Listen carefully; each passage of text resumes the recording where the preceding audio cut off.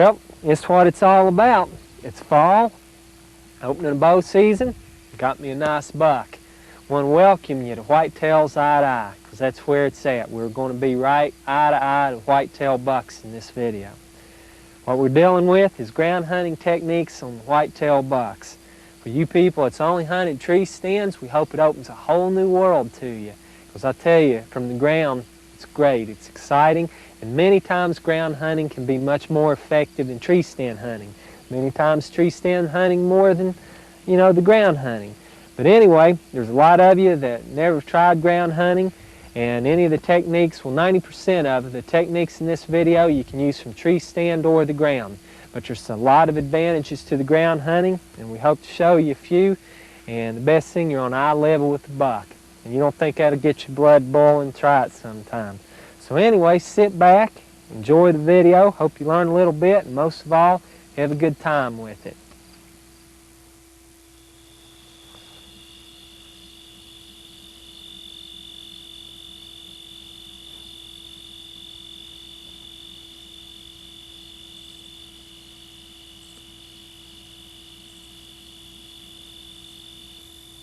You can see him, he's just feeding up through the timber.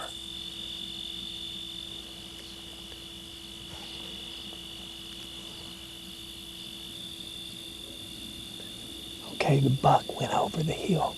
What he's doing, he's coming up out of this clear cut and he's going across. And I'd say he can go on the other side.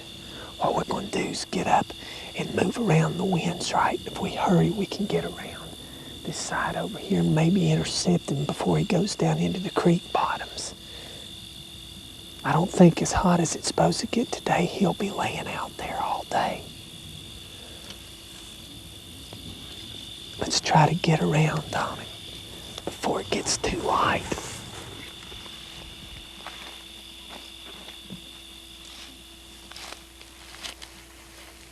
Okay, what I'm gonna do, this is the only funnel that I see on this side of the clear cut. And we saw that buck coming out of the upper edge of it, so he ought to be moving down through. I'm gonna sit up right here. If I get a shot, it's gonna be 10 or 15 yards.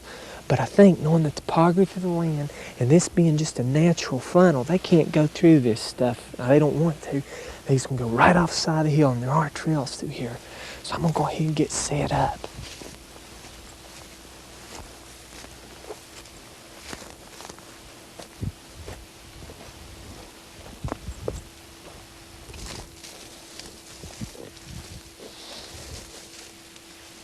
With weather conditions so dry, Alan realizes he has little chance to stalk to within range of the buck. In these circumstances, he knows the only chance for a shot is to get ahead of the deer and intercept it.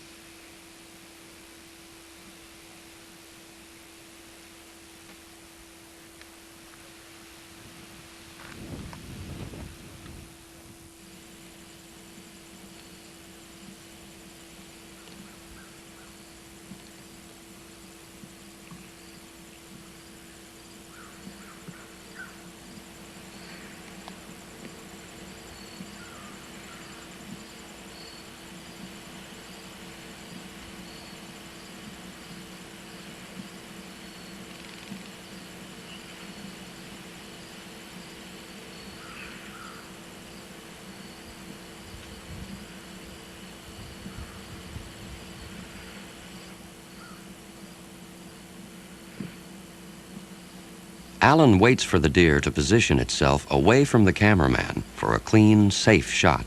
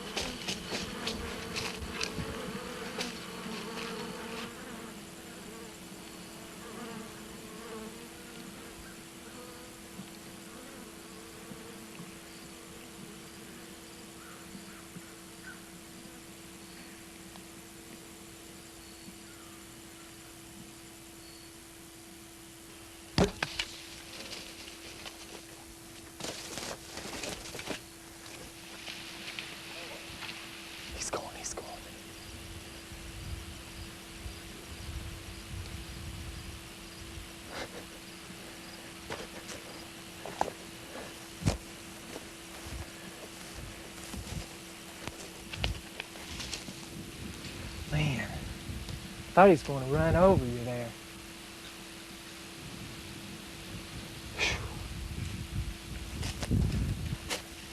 I saw him coming out of the clear cut. I figured he would come right down this crease because that's the only open area coming in from the hardwoods. And I didn't know exactly how he would come for sure, but boy, it worked. Whew.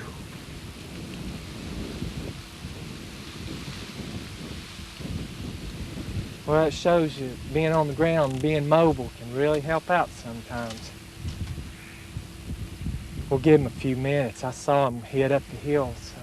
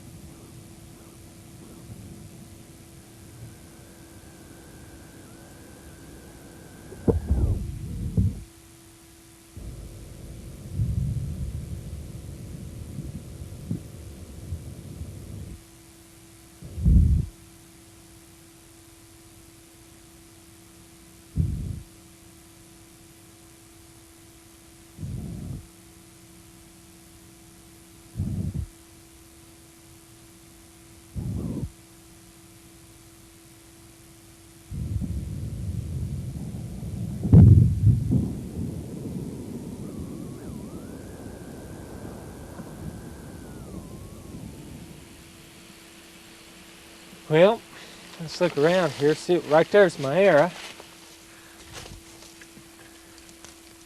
Oh. Clean through him. I had to shoot the deer at a pretty steep angle. Well, it wasn't real steep. He was quartering away. I had to hit him in and back of the ribs to get it come out behind the shoulder, the angle he was standing.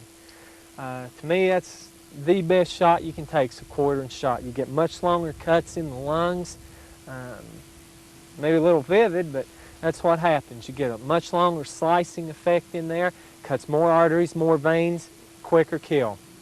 I don't think the buck went very far. I'll be surprised if he's over 80 to 100 yards. But again, we've given him about 20 minutes now. We'll go find him here in a minute. One thing I was doing, this may sound a little gross to some people, but I was smelling the arrow. That particular deer I didn't worry about. You know, the hit. I know it was a very good hit. I'm glad of it. You can notice on this arrow, it's all pretty bright colored blood of the length of the arrow. Like I said, it passed through. But if you see sometime, you know, dark matter on your arrow, if you can smell it and smell, it's a pretty vile smell. There's a good chance you grass bagged them or hit farther back in the intestines and stomach. At that angle, I almost expected to, but I didn't. Just laid it right in front of the stomach. But if you can smell that, and it's at a shot that's straight through the deer, it's a good idea to wait 3 to 4 hours, because it can take longer to kill an animal like that. But I had a real good shot. My arrow has no smell at all, so it's about time to go find the deer. Some blood. Let's cross this log. Whoa! There he is, though. Right up there. see his horn sticking up. Ah, nice deer. Ah, right in the clear cut. Man, that's nice. That's where the arrow went in. I shot him at an angle. Let's see here. Boy, he's a big deer. Ah, right there's where he came out. It's a quartering shot. Boy, that's great. Man, look here at that thing. He's a big old deer. And I've been out of velvet real long time. That's 1, 2, 3, 4, 5, 6, 7. Yeah, as close as he was, I didn't even look at the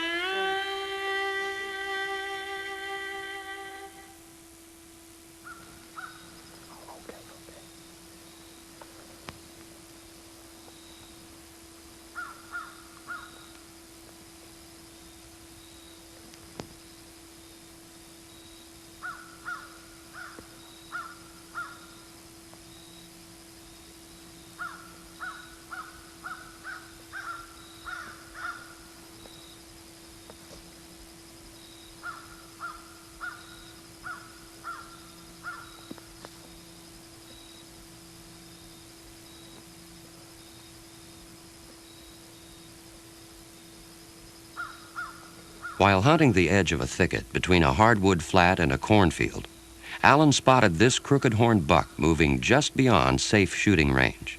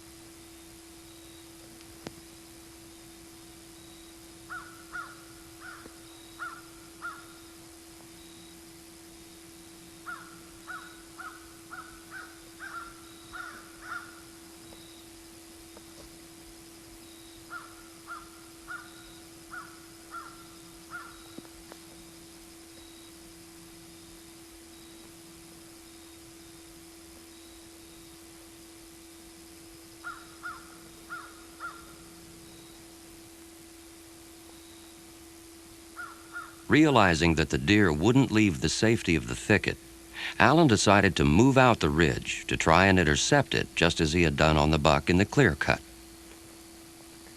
I tell you what, he's moved down and he's moved up into this thicket. It runs about 400 or 500 yards.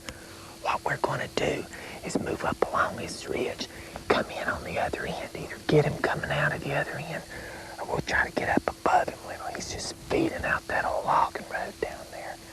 But what we'll do, we'll get out there and try to intercept him. Maybe we can catch him, get a shot at him.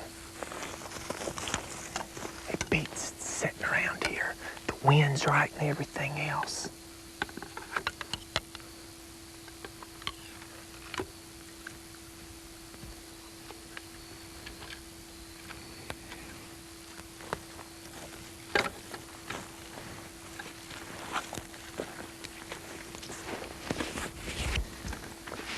That's one big advantage about hunting the ground versus a tree stand. You've got the option of moving and moving in a hurry and not making that much noise. So let's go on out through here.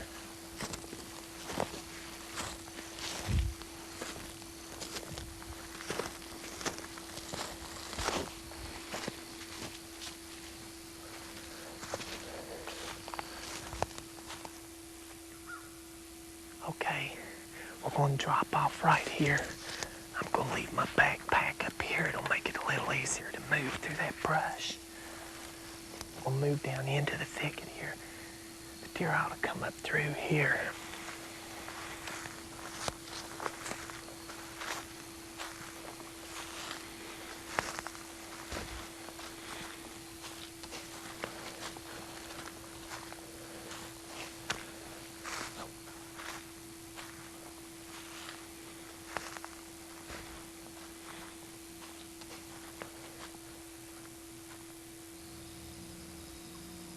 Shortly after Alan positioned himself in the thicket, the deer moved in and bedded 30 yards from him. Okay, I see the deer. He's laid down right over here. He just laid down about 25 to 30 yards out here. If we can move over about 3 feet, we can get a shot at him.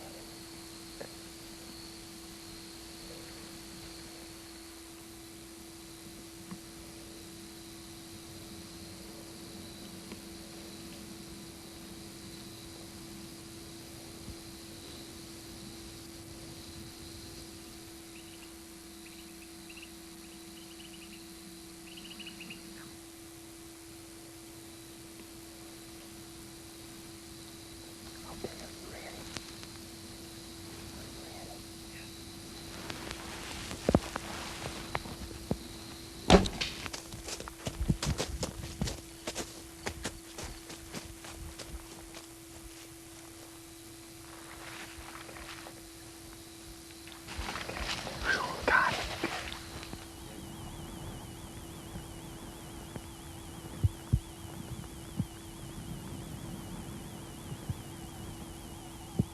The arrow entered at the back of the chest and angled forward through the lungs.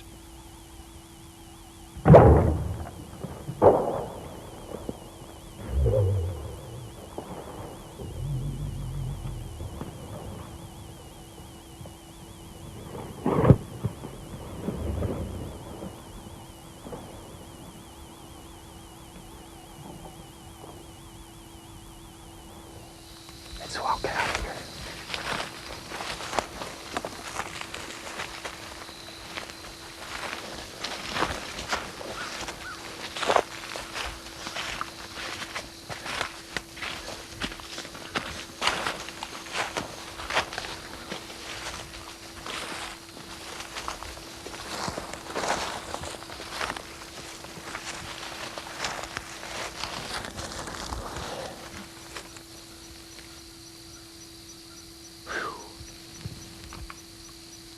Man, that sucker came right in and laid down there before I saw what was going on.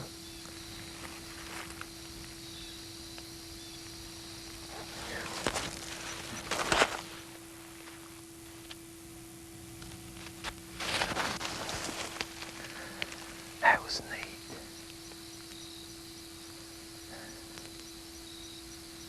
We'll give him about 10 minutes and we'll go. Well, no. I had to shoot that deer at a pretty steep angle. That's why there's so much hair laying here. I guess it really cut in, but I shot like going right along his back hem, following the line of it where it goes into the ribs. And at the angle, it should have gone right up in the back of the ribs and up through the heart. And he was hit. I heard him go down. He's hit hard. I could see the air out of him. But look at all the hair. But he's hit. I gave him 30 minutes. I'm sure of the hit, but again, I like to wait a little bit on him. Let's go after him and see if we can find him.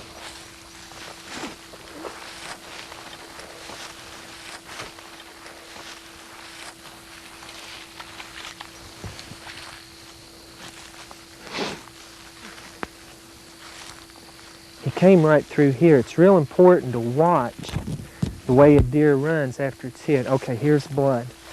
Ah, look here. Right there's where he's come through. Right, look here where he's jumped the log and come down on this side. But this is what's remarkable. Look here. He's jumped this log. I mean, that's a 3.5 foot. He's come off the ground. Well, let's go find him.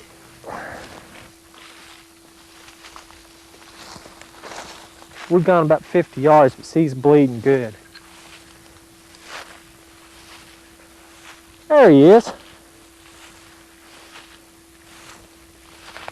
Oh, that's a pretty nice buck.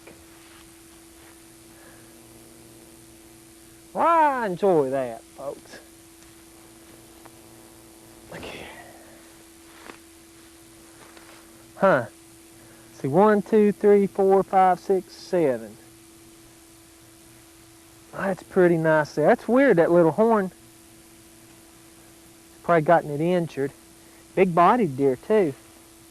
That's probably an old deer that's gone downhill. You know, I'd say it's an older buck. That's pretty big. He's pretty good size now.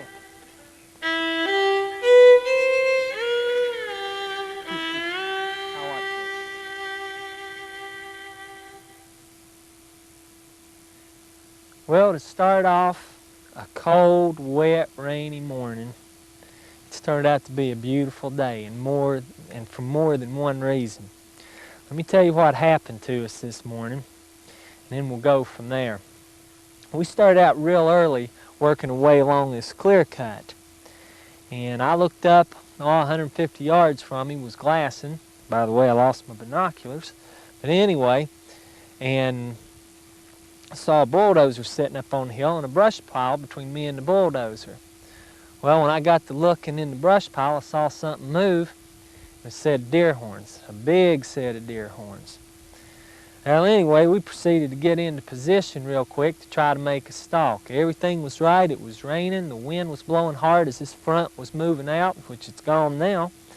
And, you know, the footing was wet, pretty good. I had to make a few modifications, but it worked pretty good.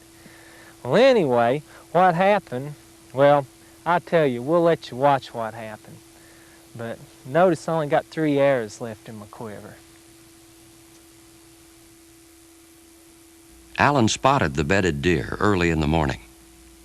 It had bedded in a typical fashion for an old and wise buck, on high ground with brush and wind to his back, cautiously watching downwind.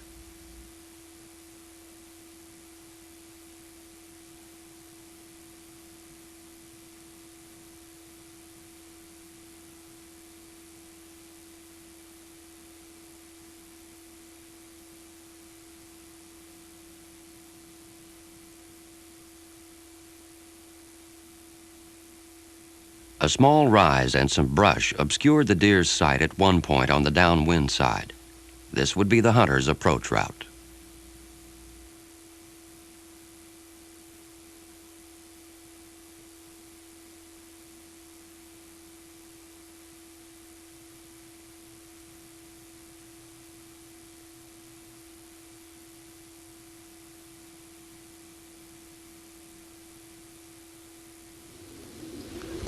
We're about 80 yards from that buck. We don't have very much cover, but I'm gonna try to slip right through here under the hill. If I can get up to that brush pile, I'll have a good 25, 35 yard shot. The wind's hit me right in the face, so we're in pretty good shape. It's just gonna take a long time to get to him. Let's go ahead.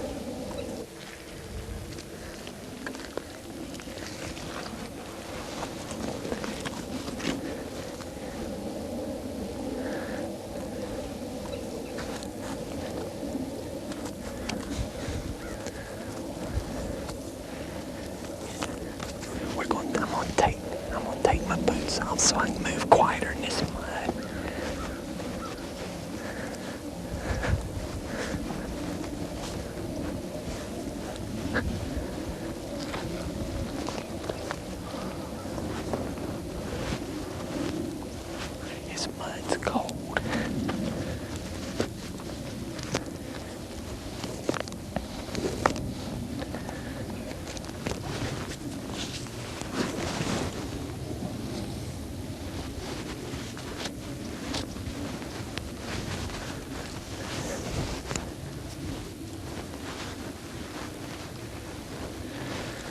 I want to get within about 35 yards of the buck before I take a shot.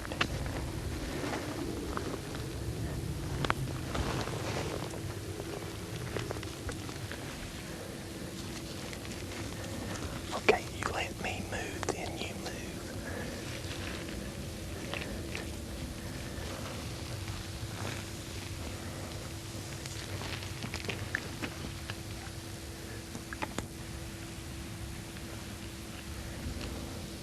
If conditions are right, the hunter has a chance to stalk within range of a deer, but it requires a great deal of patience and planning.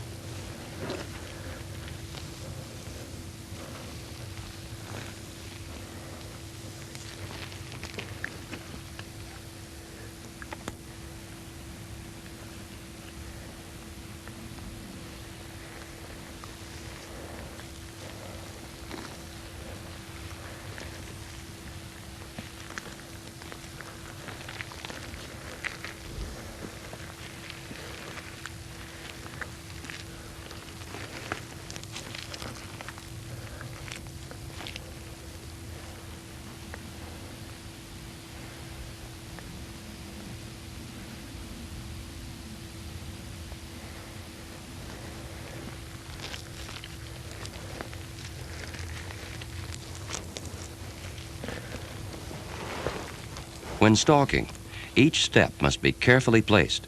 One false move can cost you a deer.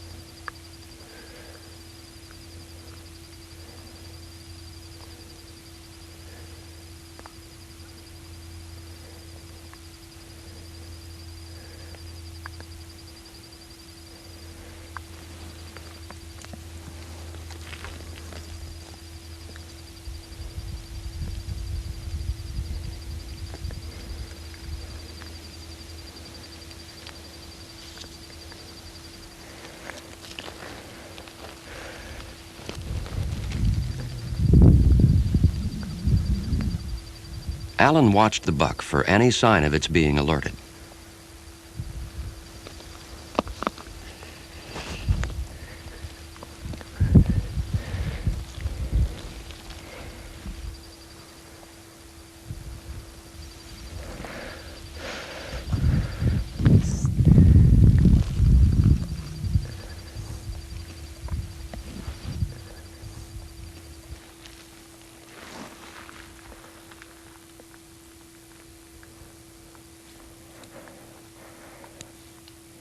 From this angle, Alan had no shot into the vitals, so he decided to reposition and close the distance. Okay, I'm going to slip around to the side of him and see if I can get a shot into him.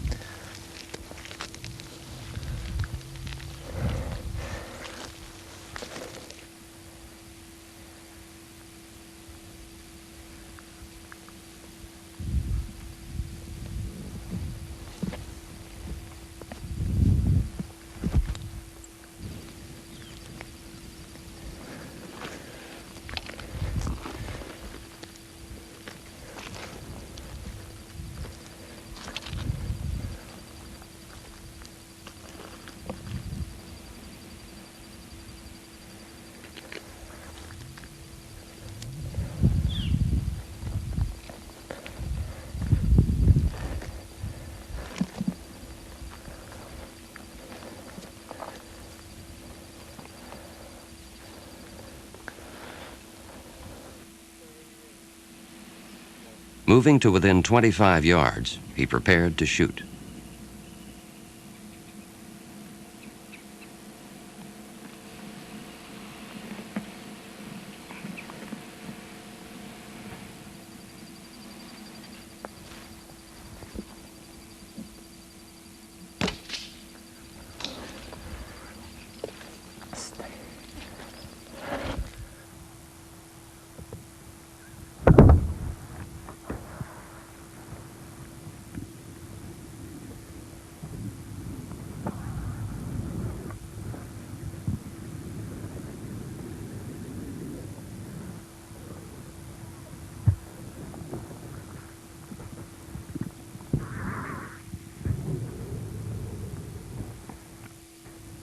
Well, oh man.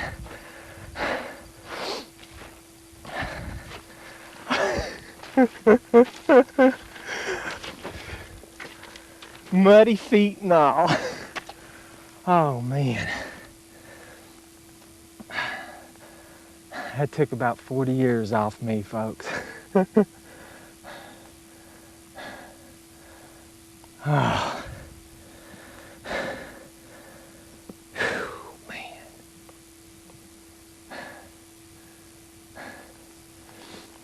It's taken us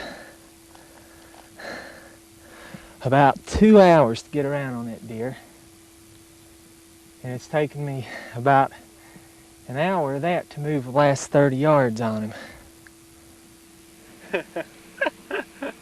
Oh, that was great. I tell you what. Man, I could shoot. I had about that big a hole to shoot through. When I drew my bow back, I saw him turn his head in my direction. I don't know if he heard me or not. But I had a hole through that brush about this big. And so he's looking at me like this. I said, well, now or never. Boom, I ran it through him. I hit him right down into the vitals. I don't like taking that kind of shot a lot of times. Well, it's not the best angle, but I was about 22 yards from that buck, and I could hold that pin steady on. I knew I could go right down through. Again, I'm shooting 90 pounds, heavy arrows, strong broadheads, no problem. Yeah, I ran it right down through the center. But let's go see if we can find him. Ow! First of all, I think I'll go down here and get my boots. So.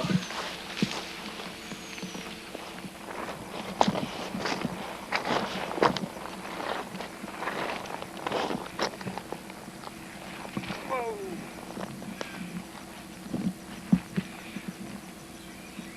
Boy, that mud is cold. Oh, no wonder. I'm gonna have to call that deer the barefoot buck.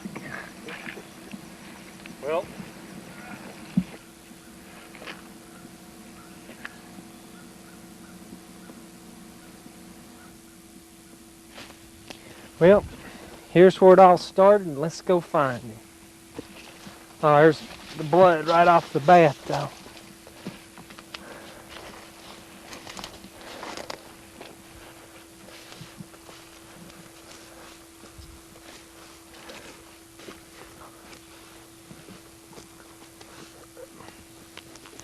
There. It is splattered on the rock here. Here we go.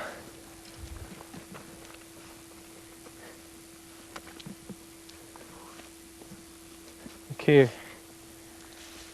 Now, blood on dirt's harder to pick up. You can see the difference between like this rock and the dirt here. You know, and even a leaf, right here, like this leaf in the dirt.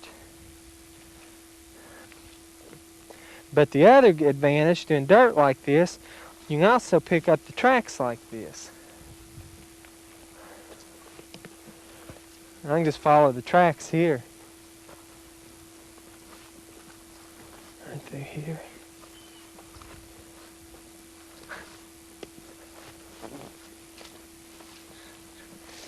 Come across the log. I'm going to have to thank the forestry people. You know, that tells you a lot about a white-tailed deer, too. He's bedding, 75 yards from this bulldozer. Now, that's pretty remarkable. This is just a typical thing for buck sanctuary. They will pick out the most unlikely spot in the world that a human would look for him, and I found a lot of the biggest bucks I've ever seen right like that. Here's blood. Here.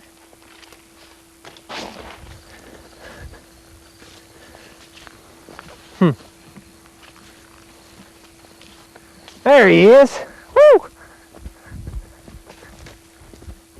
Oh, gosh, so. Huh. Man, oh man. That's a lot bigger deer than I thought. God. Look at this. Oh, man. Look at that. That's sticker point. Jeez. Man, let's see. That's a big deer. Look at that. 1, 2, 3, 4, 5, 6, 7, 8, 9, 10, 11, 12, 13, and he's broken one off right here. That's funny. The last 3 seasons, I've killed 13-point whitetail. I guess 13's my lucky number. And that, but when I shot him, he looked right at me, and you know, neat thing about it, me and him were right eye to eye. That's where it counts, you know. That's got to be one of the most exciting ways of taking a white-tailed deer there is. Looking him in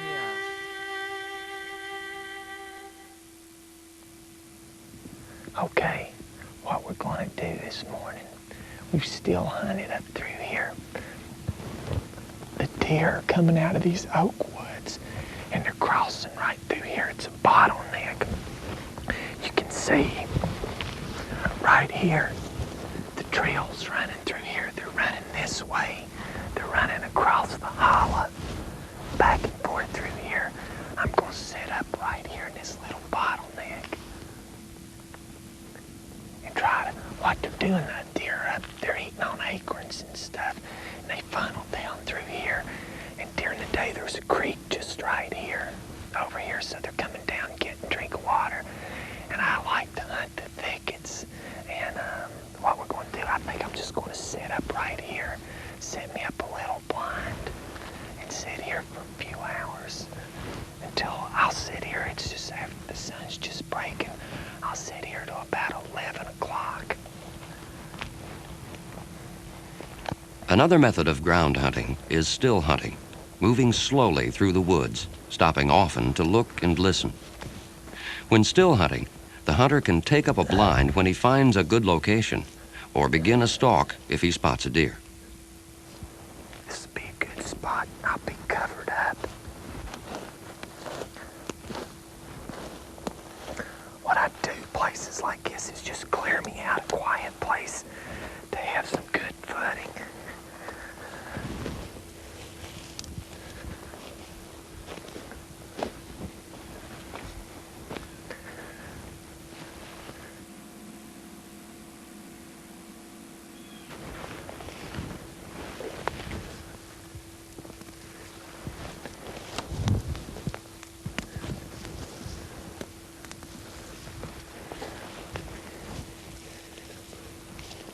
A place like this, you can get deer from any angle coming in on you too.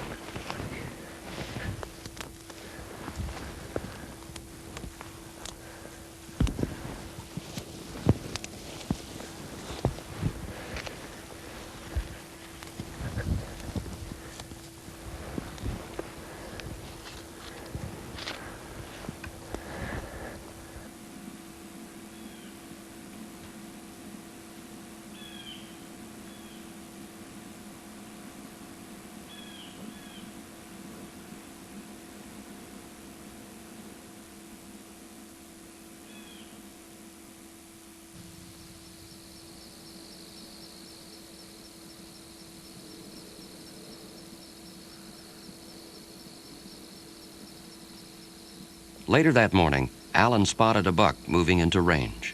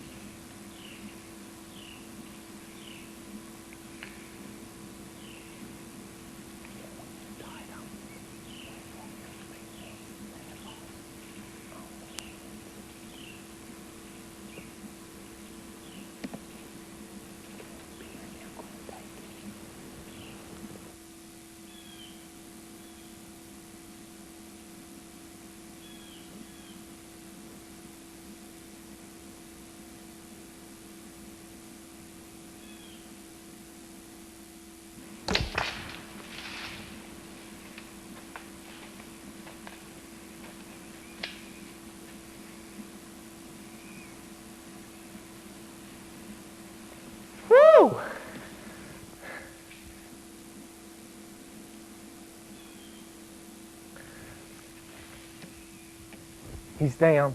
He's down. God. Yeah. Right there is where he's kicked the dirt at. Because the first thing I ought to do is try to find that arrow. There it is. Oh.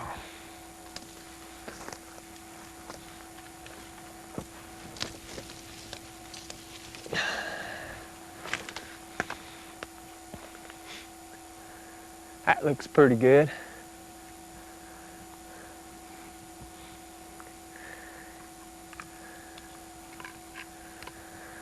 Oh, shot through him. Now I'll pick up his trail. Right there's where he's come. Look at the bubbles here in this blood. Let me hold it here where you can see it. See here? That a lot of times is evidence of a good solid lung hit. All the blood's had that in it. Anyway, that's just something to keep in mind. Now let's look at my deer. Boy, he has bled out through here like crazy. Ah, 4-pointer. Huh. Let me drag him up here. Ah, isn't that beautiful?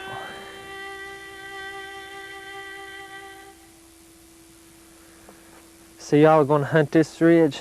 You're going to be up here, right?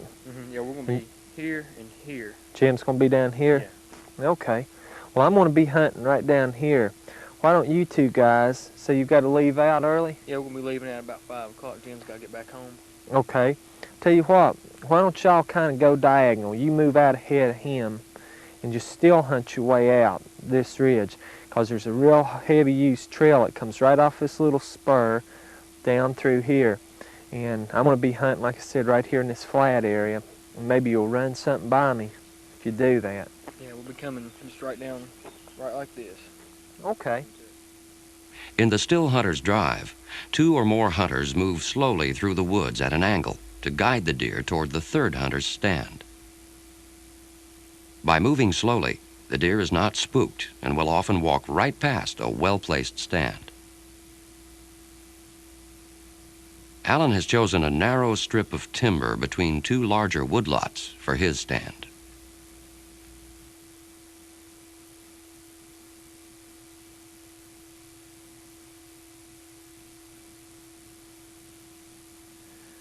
Well, let's get her stuff and head on in. See you this afternoon. Okay.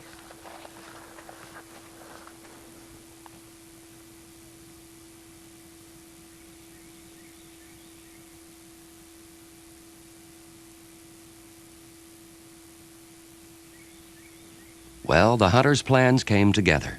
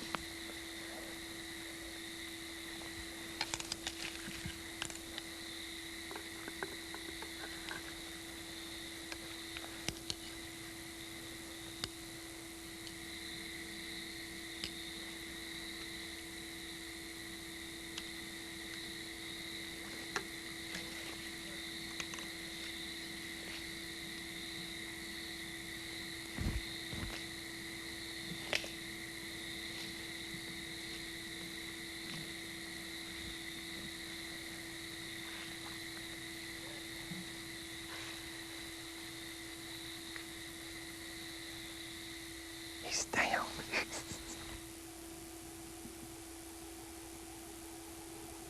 The arrow entered through the left shoulder, passing full length through the chest, and exited through the right hip.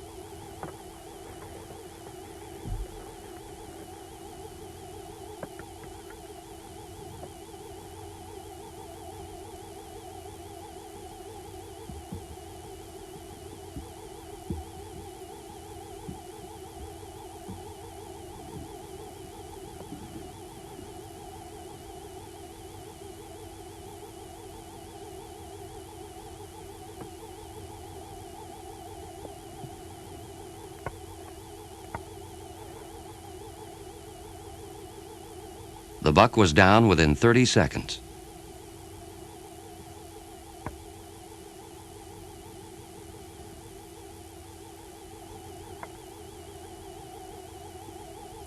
Okay, let's get on out here and find him.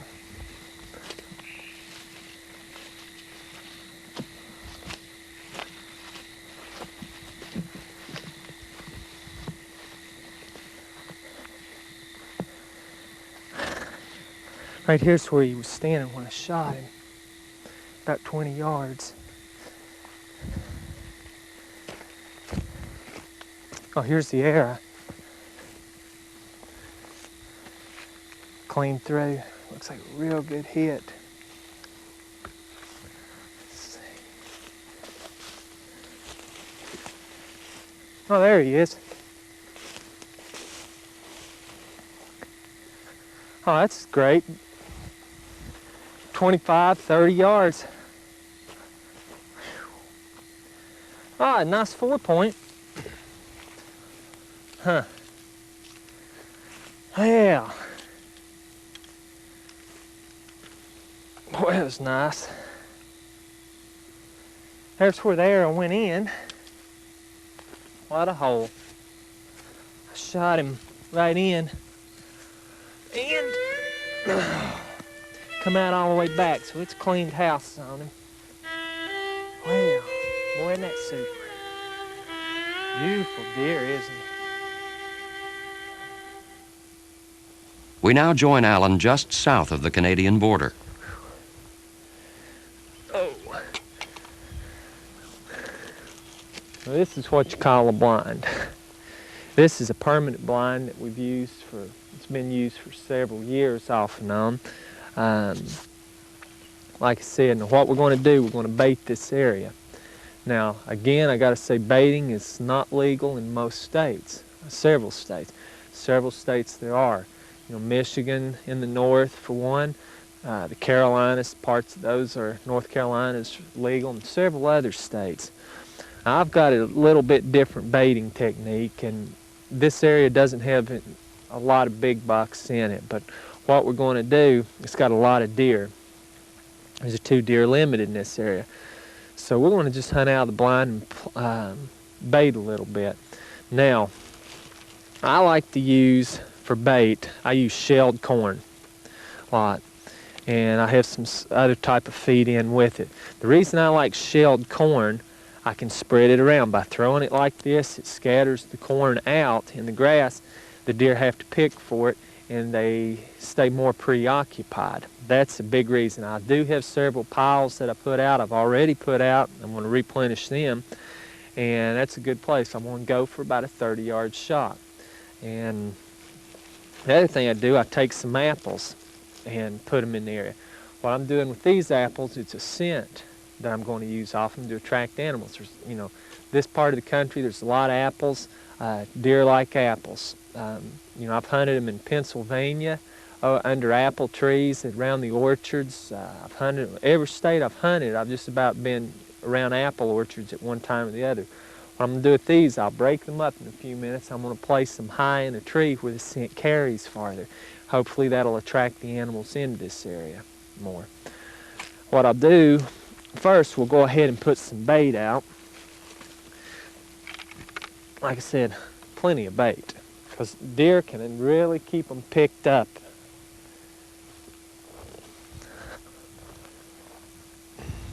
You know, I like to scatter, like I said, some here and there. The deer will get around and pick it. But I'm going to finish these piles up here, replenish them.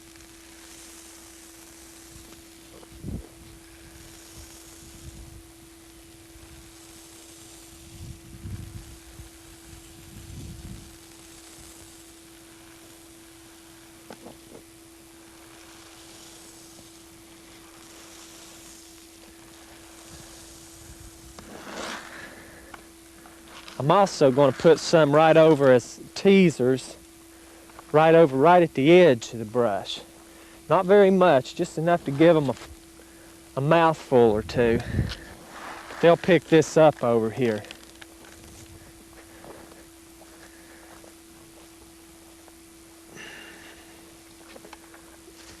Now I'm going to go ahead and I smash the apples up a little bit.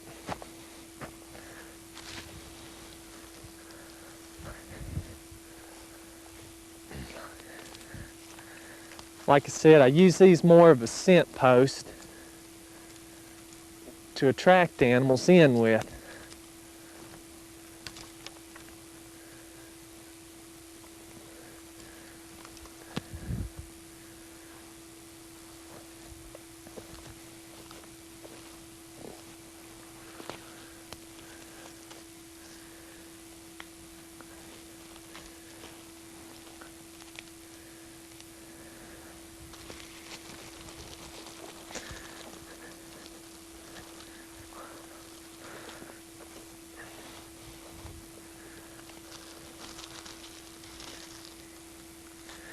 Another thing these apples do will keep the deer, if they come into it, a lot of times they'll pick the apples first. They'll keep them moving around and looking for the apples.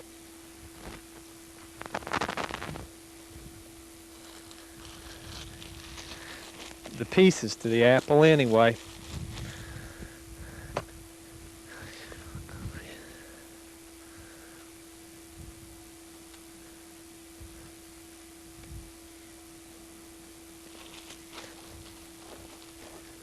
Something to remember, don't leave trash laying around when you're around your bait areas. Plastic bags can kill deer in a hurry. I was told this by a friend of mine that they had found one that was dying, and that's what was causing it. Let's go ahead and look at her blind, see what modifications we need to it. You need to check your blind. When you go into a blind like this in particular, you need to check it for bees. Now it's cold enough now we shouldn't have to worry about it, but if it's warm weather you have to worry about it. Get the blind set up where it's comfortable, everything's ready, so when you come in you can set up in it, be comfortable, and have a good time.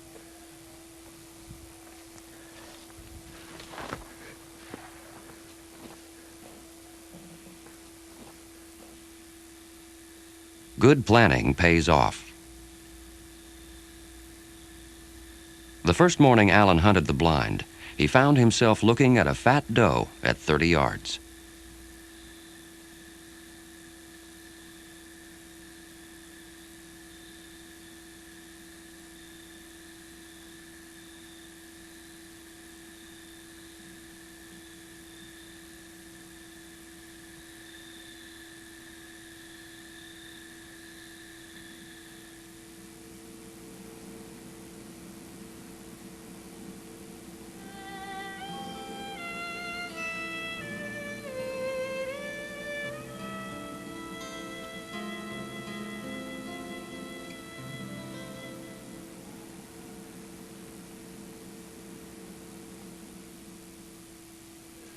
As the morning progressed, other animals appeared.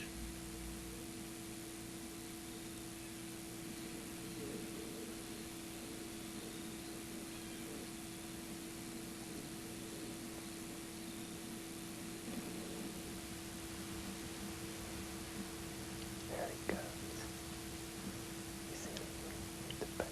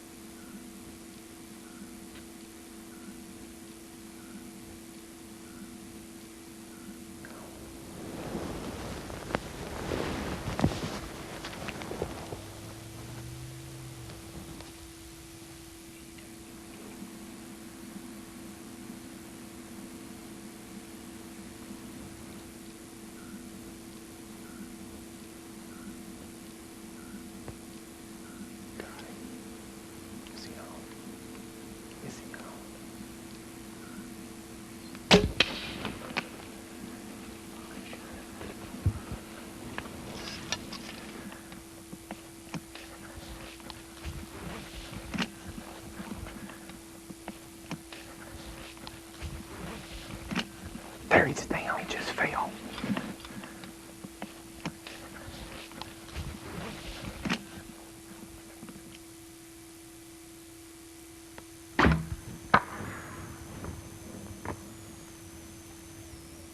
Notice the deer's quick reaction to the shot.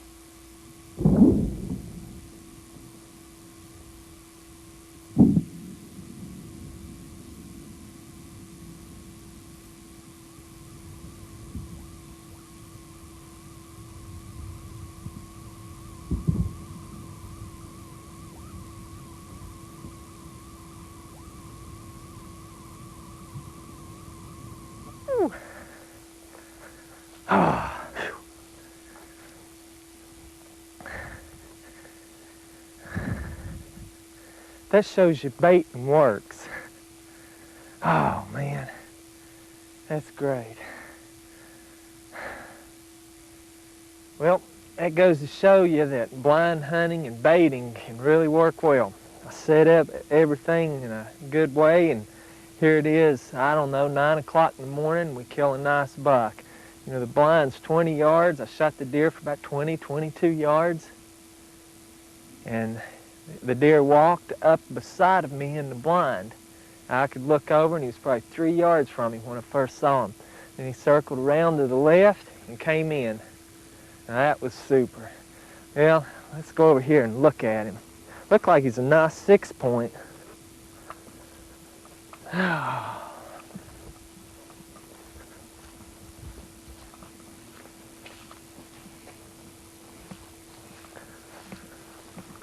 Oh, nice deer. Beautiful deer. Get him over in the sunlight so we can get a better look at him.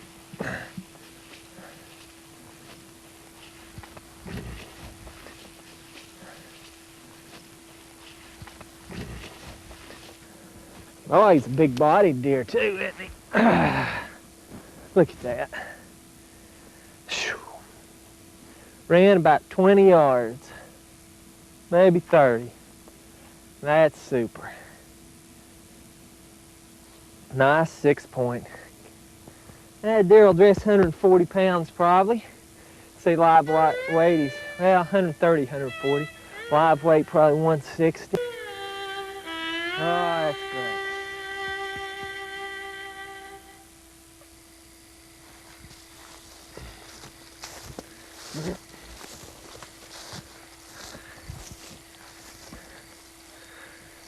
Well, it's late October here, and a whole lot of rut signs starting to show up. A lot of rubs, and we have a lot of scrapes starting to develop.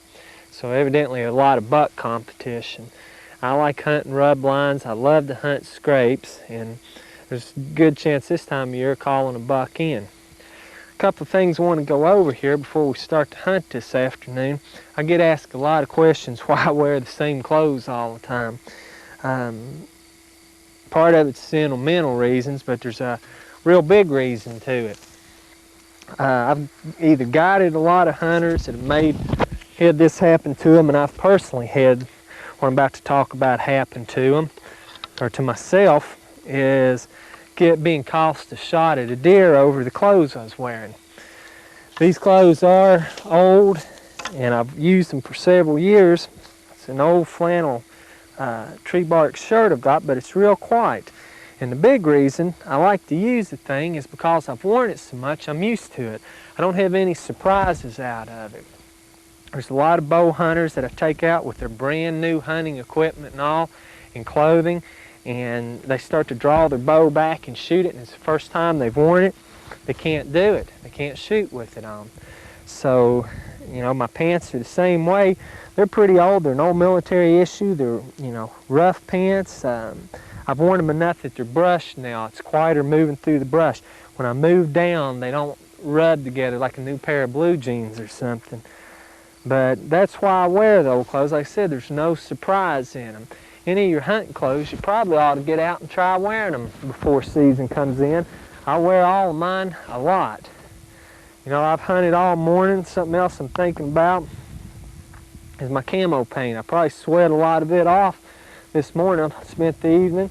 You know, just touch it up. Be ready. I like these little compacts. I got the mirror in them, and they really show up well. They help me see what I'm doing. You know, my old hat that I always wear, that's just sentimental reason. No other reason. Another thing you ought to think about, keeping your hands camoed. Your hands make more movement than anything else on your body when you're probably deer hunting, so be ready for it. You know, have them camoed up so the deer don't spot them moving.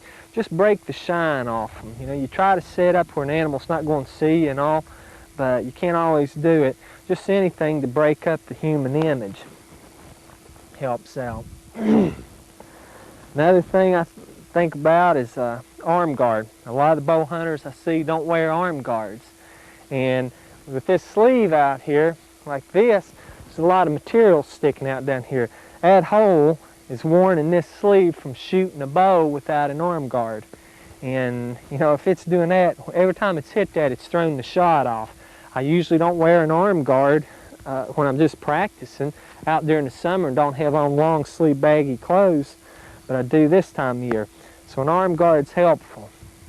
Another thing a lot of bow hunters don't do that I see that I know it's imperative for me to do is shoot and practice in the field.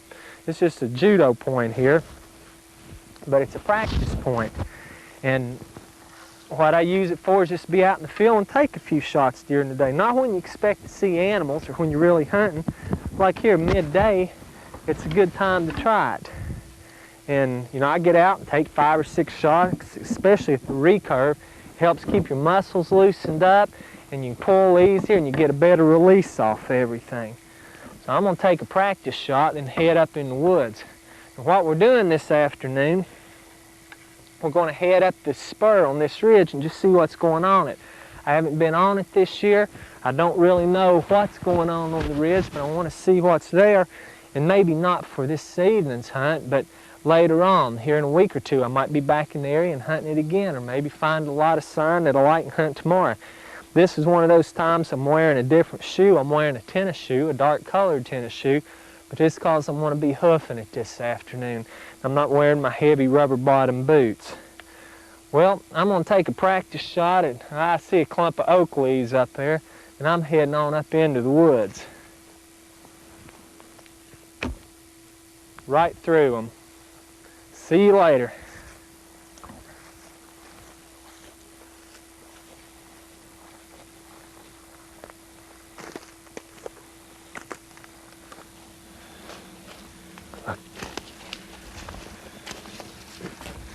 Look here. Ever since we came out of the bottom down there heading up toward this little bench on the ridge, we found more and more horning the farther we go. How green it is. And the thing I like, it's over a rub from last year. See where the bark's healed? I look for that when I'm looking especially for a bigger buck. But anyway, that's fresh.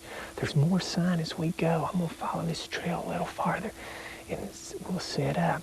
You know, it's late October now and we're finding more and more sign. That's looking good. We're approaching where the peak of the rut in about 3 weeks.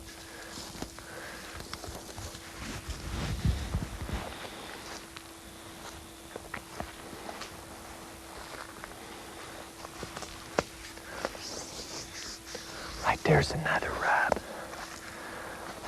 Big deer tracks. Here's a scrape.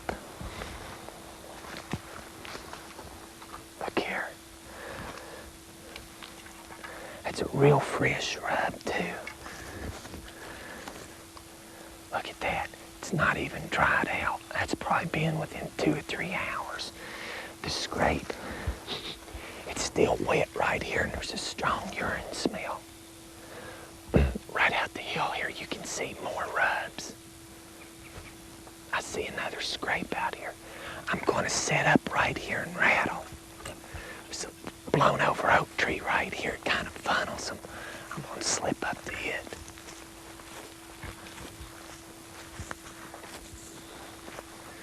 I'm going to start out with just some regular calling.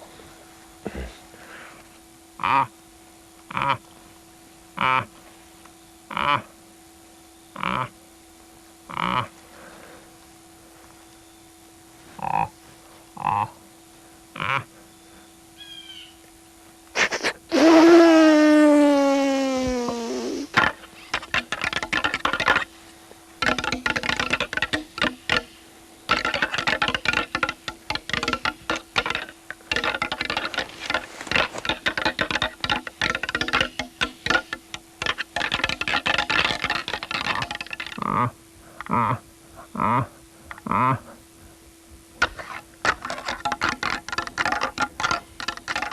All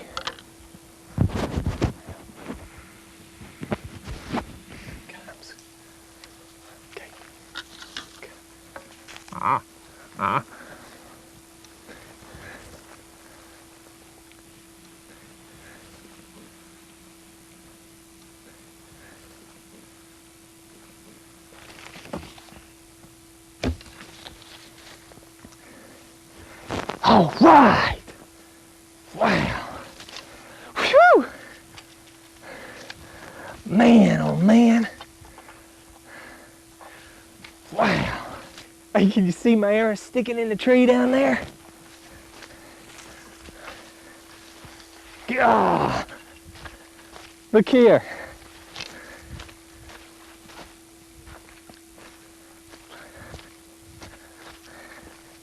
Look at this. Oh man.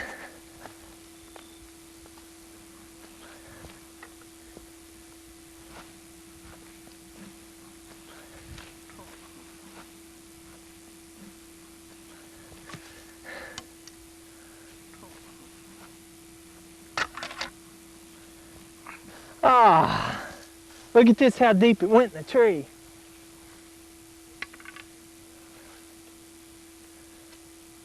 Now if I can get my arrow out of the tree.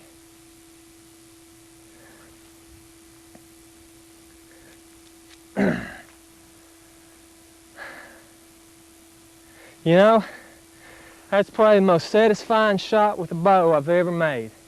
I made this arrow myself. Oh, I got the shakes. I made the arrow. You know, I put full length feathers on it, fletch it myself, the whole works. Shooting a Howard Hill broadhead. Shooting about 65, 66 pounds on my recurve. And shot the buck trotting. Now that's nice. That's all instinctive shooting. My recurve's my first love. It really is. Other than my wife and my little girl. Oh man, look at that. Right there he lays. Ah. Boy, he came right in. Oh man.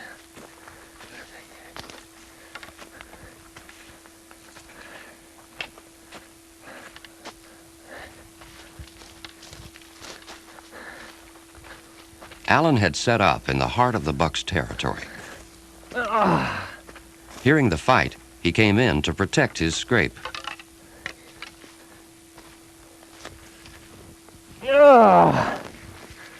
What a deer.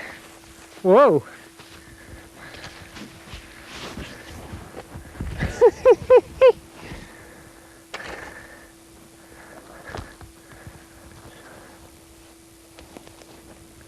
Ah, look at that.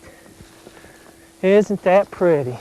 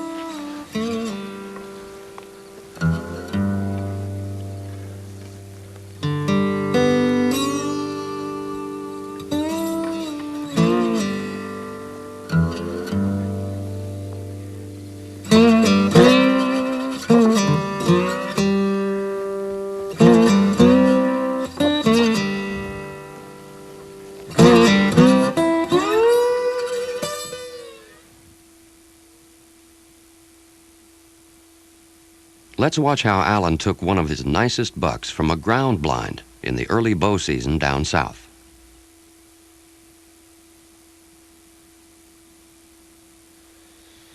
Well, it's into a weekend season now, and up the ridge we have the oak flats, and I like to hunt white oaks, but the deer before season we're using in there heavy, but hunting pressure has caused them to change. They've moved from bedding on the flats into moving down the ridges into this grown-up creek bottom. There's a lot of deer been coming through here. I just found this little spot, and this trail's great, a lot of tracks. So I think I'm gonna bushwhack one here, hopefully. Hunt it for a couple of days. I'm gonna build a little blind over here. Okay, I've broken these branches from an area away from where I'm going to be hunting here. Let me show you a little trick I'm putting up when you break camouflage like this. Look at the difference between this with the white undersides, how that sticks out, versus this. Use the front side, the top of the leaf, the dark green, towards where you think the animal's going to come from. All I want to do is break up my silhouette here.